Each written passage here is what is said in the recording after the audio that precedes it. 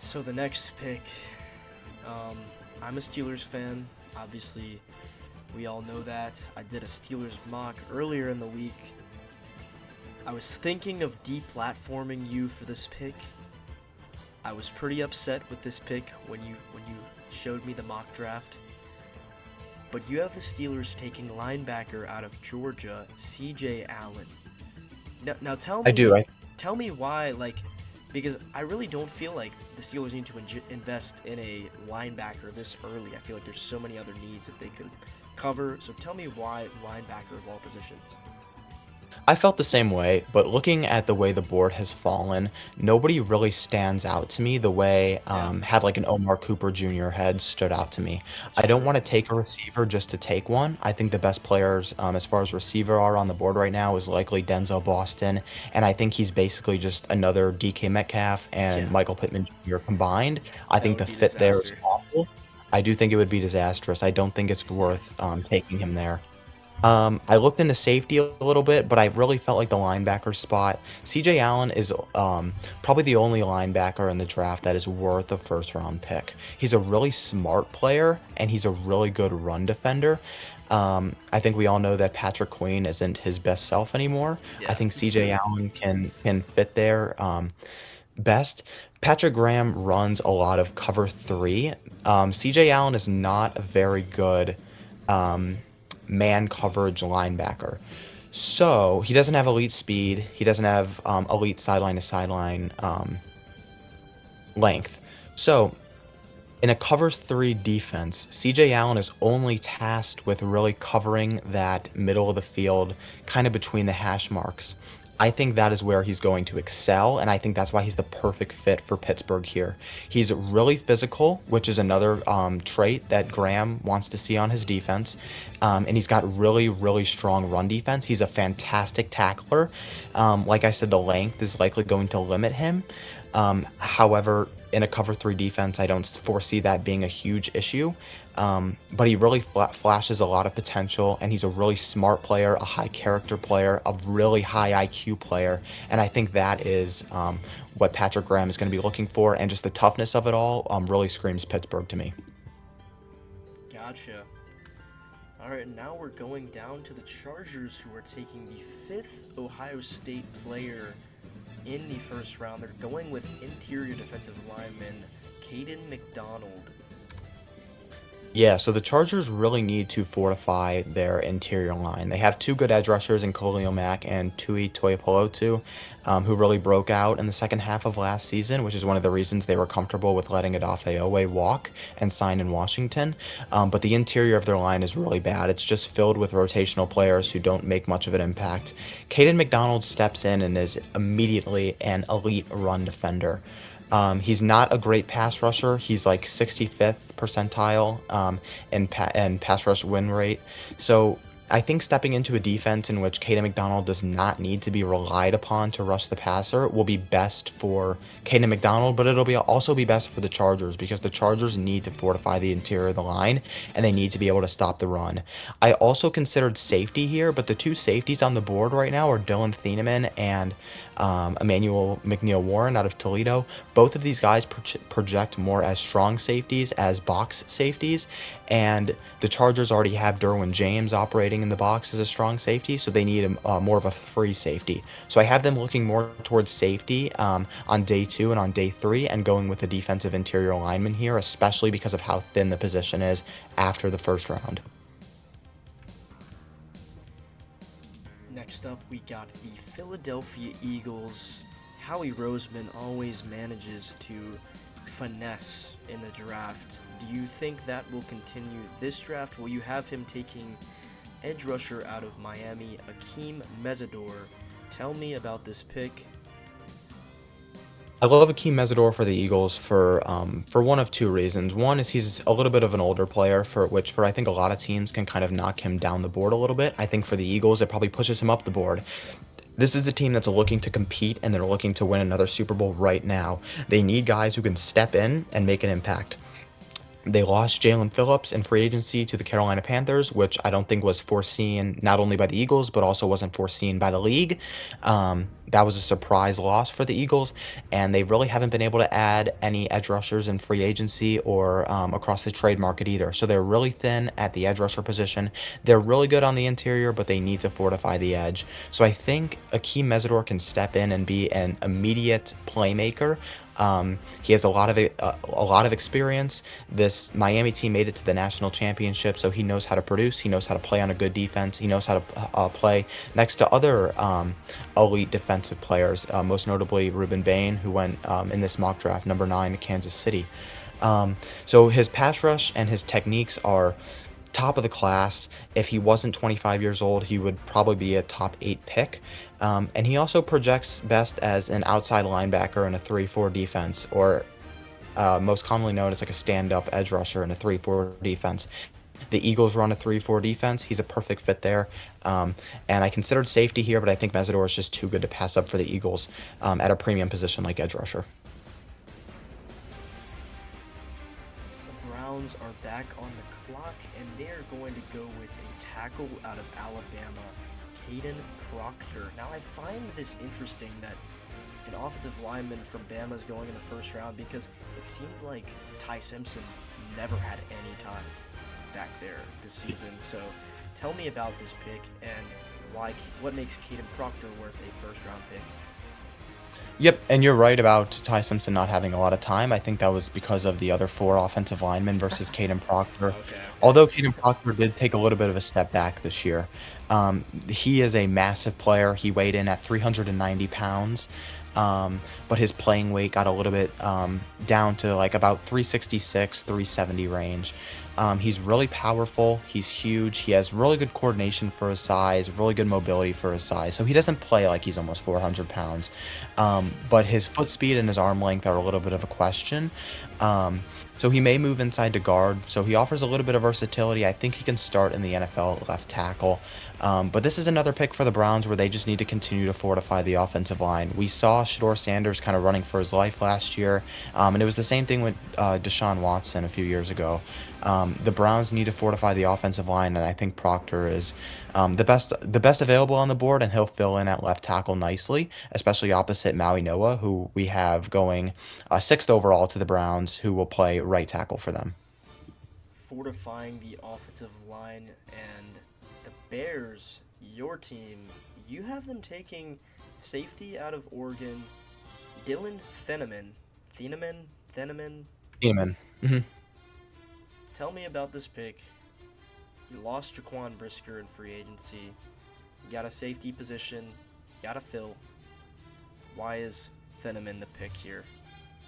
Yep. So the Bears have really had a second safety spot open for a while now. I think Jaquan Brisker was an adequate number 2, but he wasn't really great or above average at anything other than blitzing the quarterback.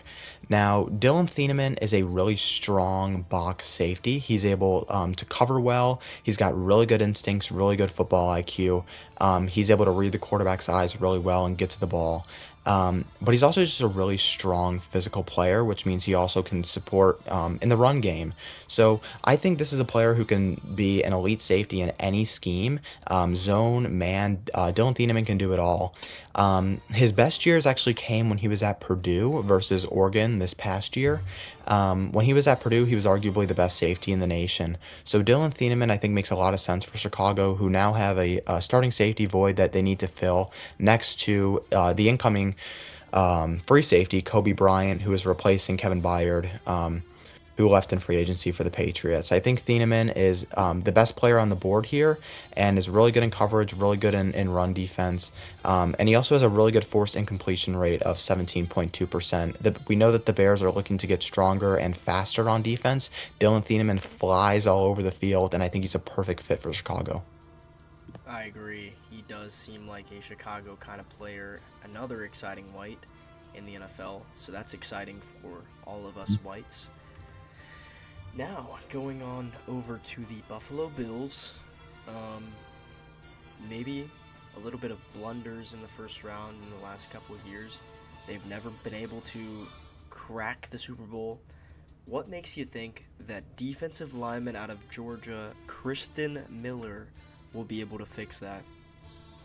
I think he's already a really good run defender, arguably the second best interior defense or interior lineman as far as run defense goes in this class, behind Caden McDonald. So he already steps into the Bills defense as an immediate um, elite run defender. They really need to stop the run. They were bottom 5 in run defense last year. So he steps in and can make an immediate impact there. However, I think the biggest thing with Christian Miller is his pass rush ability. He has a really quick first step and is really good with his leverage. So I think in that case, he will be able to develop into um, a pretty good pass rusher on the interior. So I think this is a pick for the Bills, who not only do you get an impact part of this player in run defense, which you really need coming off of last season, which was disastrous as far as the run defense goes, but you also upgrade your pass rush with this player. So this is a player who can be on the field for all 3 downs and on fourth down as well.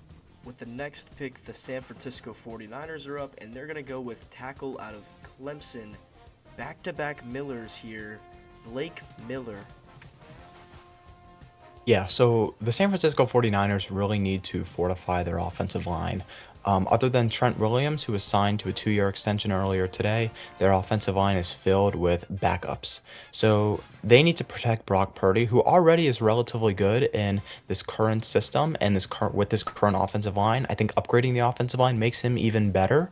Blake Miller has a really good frame. He's got a lot of experience starting at Clemson. He's a really patient tackle, which shows up in pass protection. If he can add a little bit of strength, he'll likely be the next star at the tackle position for the San Francisco 49ers. Short and sweet, we like that. Texas Tech, sorry. The next pick, you have the Houston Texans buffing up their defense again. Maybe reaching on Texas Tech's Jacob Rodriguez. I know we all like him, and didn't he finish like top 4 in Heisman voting? But He was fifth in Heisman voting this year. Yes, correct. Fifth in Heisman voting. But I did see, coming out of the off season, or coming into the off season, I saw he was like the 3rd, 4th round. Like, he was going pretty late. But you have him going in the 1st round now, and I'm seeing hype get up to him, and he's getting more hyped up. Tell me why he's a 1st round linebacker. Yes, I think regardless, Jacob Rodriguez will go in the top 45. I have the Houston Texans reaching for him a little bit at pick 28, and the reason is because the Houston Texans, both of their starting linebackers are no longer under contract after this coming season. So they have 2 spots that are going to be open on, in the second level. So they need to add a linebacker, whether it be in the 1st round or whether it be on day 2 or day 3. I think Jacob Rodriguez is a 1st-round talent because of his elite football IQ. He has really good instincts, so I think he can be a quarterback of a defense. The Houston Texans, as we all know, have one of the best defenses in the league, which means that the quarterback of that defense needs to be experienced, he needs to be high IQ, he needs to be smart, he needs to be physical. I think all of that is Jacob Rodriguez. I don't think they're going to be looking for some elite sideline to sideline speed linebacker for this defense. They already have enough of that in the secondary, enough of that when they're in nickel sub packages. I think they really just need a guy who is smart enough to wear the green dot, who can command who can command this defense. And I think drafting a linebacker with Rodriguez's talent and IQ this high this year means that they can sit him behind their current linebacker core, take a year to develop, take a year to get have even more leadership under his belt, get to know the defense more, and that way in year 2, once the linebacker room has turned over a little bit, Rodriguez can step in as their number 1 linebacker and as the quarterback of the defense, already familiar with the scheme. That's the type of pick that I really like, despite it being a bit of a reach. I mean, I don't think you can go wrong with this Jacob Rodriguez guy. Anyways, And I think And to add to that as well, I think a lot of people might be expecting the Texans to go some type of offensive lineman here. As I look at the board, I just don't really see anyone that's worth it. The Okay. offensive line, I think a lot of people expected it to be like bottom three last year, and it turned out it wasn't that bad. And they also brought in a little bit of reinforcements in free agency this year, with Wyatt Teller being one of them. So I think the Texans right here can afford to go best player available, and I think that that is likely Jacob Rodriguez. Gotcha. So the Kansas City Chiefs are up. They need to, get back to business. They're going to go with cornerback out of Clemson, Avion Terrell. So you're basically telling me my Steelers mock draft was fake because he fell to the third round. I think it depends on the medicals. This is another player where it depends on the medicals. I wouldn't be surprised to see him go in the late first, and I wouldn't be surprised to see him go in the third or the fourth.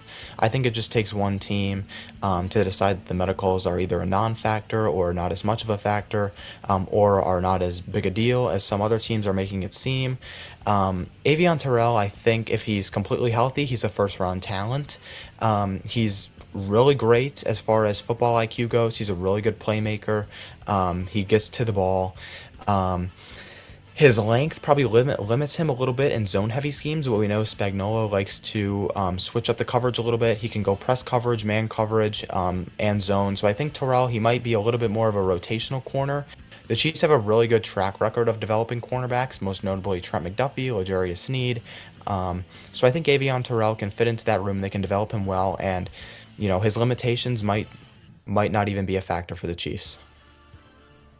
With the next pick in the draft, you have the Dolphins with their second pick taking a receiver to replace Jalen Waddle / Tyreek Hill. Take whoever you want there, but Washington receiver Denzel Boston. I do. So I have the Dolphins taking Denzel Boston here. The Dolphins need to add a playmaker on offense. I think Boston is the best receiver available. He's a really smooth moving X receiver. He's exactly what they need. They need a number one X receiver. Um, he has the skill set to develop into an outside receiver. He's really good at the catch point, elite hand strength. So he's really good in contested situations. He's a little bit less productive in zone coverage. He's not great at getting separation in zone.